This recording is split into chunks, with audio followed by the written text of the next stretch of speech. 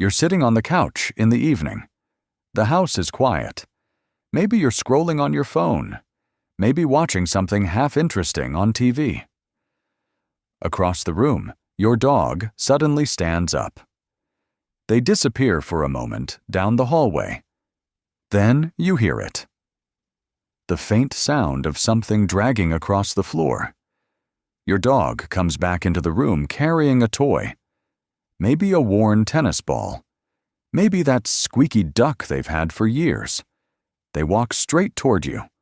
They stop a few feet away. And then they lower the toy right in front of you. For a moment, it looks like an invitation. But when you reach for it, they don't let go. Their mouth stays on the toy. Their eyes stay on you. They brought it to you. So why won't they give it to you? If you live with a dog, you've probably seen this many times.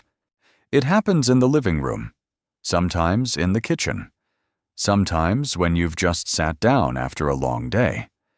Your dog walks over carrying their favorite toy. They drop it close to you, close enough that it feels intentional. You reach for it, and instantly the game begins. They tighten their grip, their tail moves, their body becomes alert but playful. Sometimes they pull back slightly.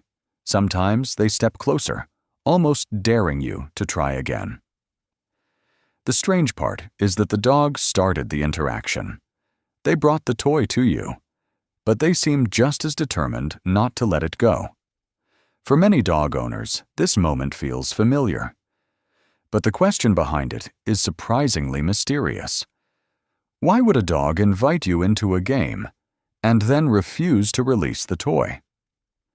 Most people interpret this behavior in a very simple way, like your dog is being stubborn. Maybe they're teasing you. Maybe they just like tug-of-war. Or maybe they want attention, and this is the fastest way to get it.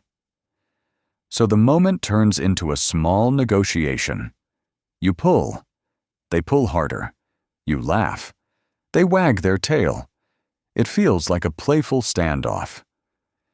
But animal behavior researchers noticed something interesting about these moments.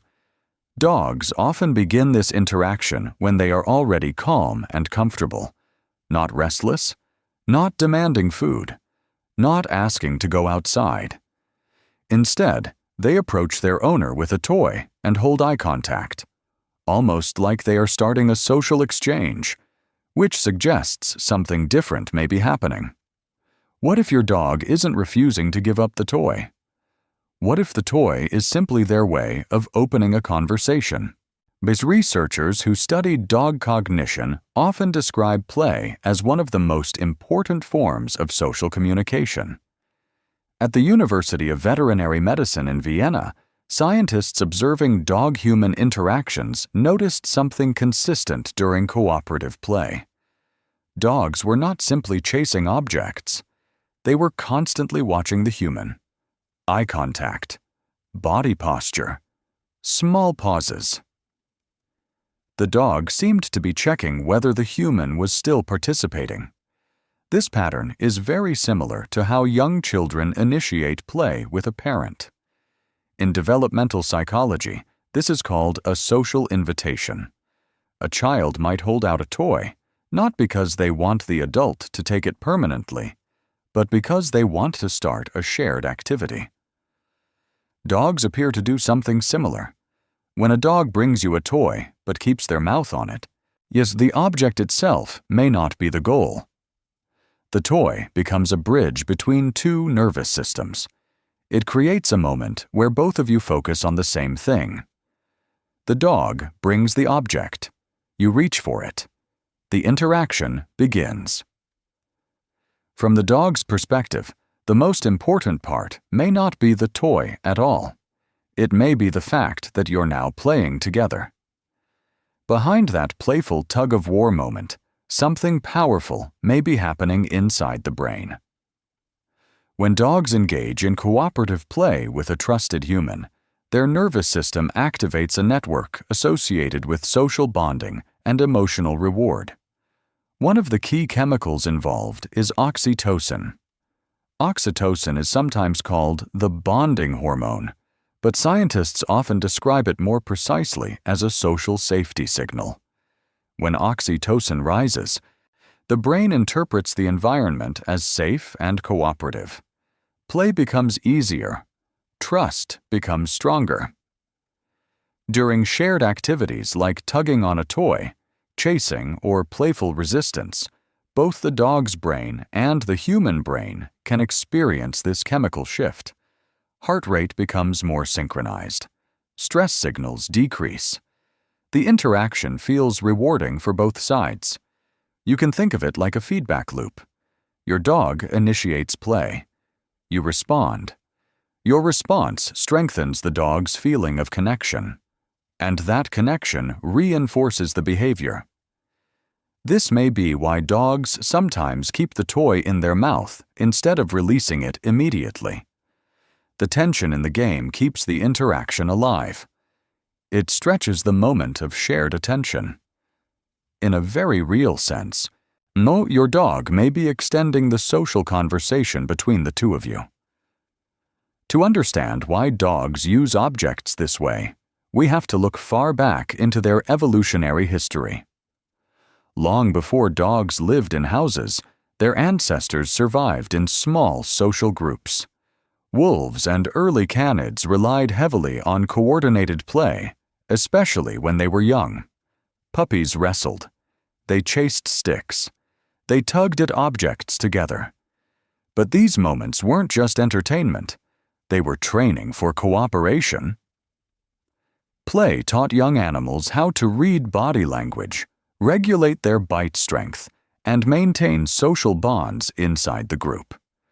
A playful tug-of-war over a branch or piece of food helped build trust and communication. The key detail is that the object itself was rarely the point. The object simply created the interaction. Over thousands of years of domestication, dogs gradually redirected these social behaviors toward humans. Instead of practicing coordination with other wolves, many dogs now rehearse those same signals with their owners. So when your dog brings you a toy and refuses to let go, it may be echoing an ancient instinct. Not possession, but participation. A small ritual of shared activity that once helped entire packs stay connected.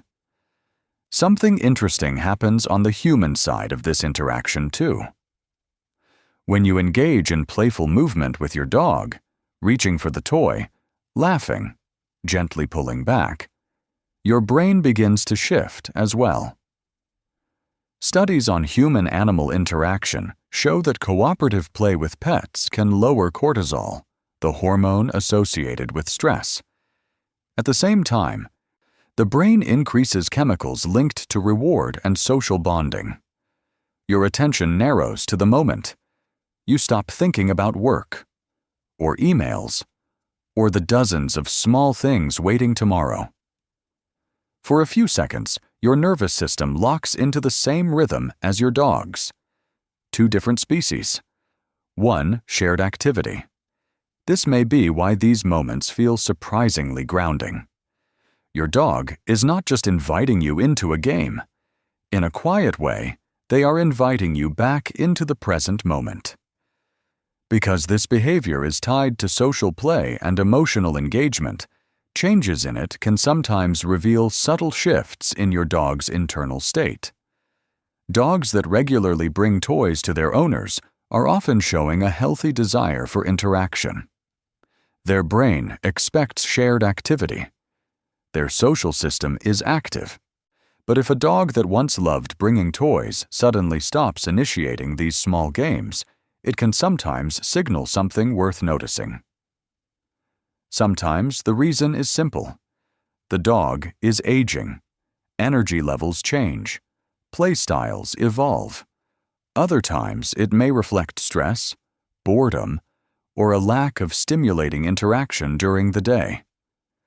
Dogs don't usually communicate emotional changes through dramatic signals.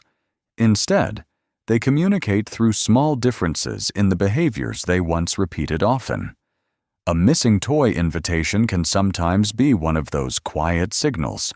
So the next time it happens, pause before you grab the toy. Your dog walks over, the familiar squeaky object in their mouth. They place it near you, but keep their grip, eyes quietly watching your reaction. It may look like a small, silly moment, but inside your dog's brain, it may be something more meaningful. An invitation, a signal that says, let's do something together. Not because the toy matters, but because the connection does. And in that brief tug-of-war between your hands and their teeth, you may be sharing a ritual that dogs have practiced for thousands of years. And if you've ever noticed your dog bringing you a toy and then simply sitting there, staring at you while holding it, that behavior may reveal another fascinating way dogs silently invite humans into their social world.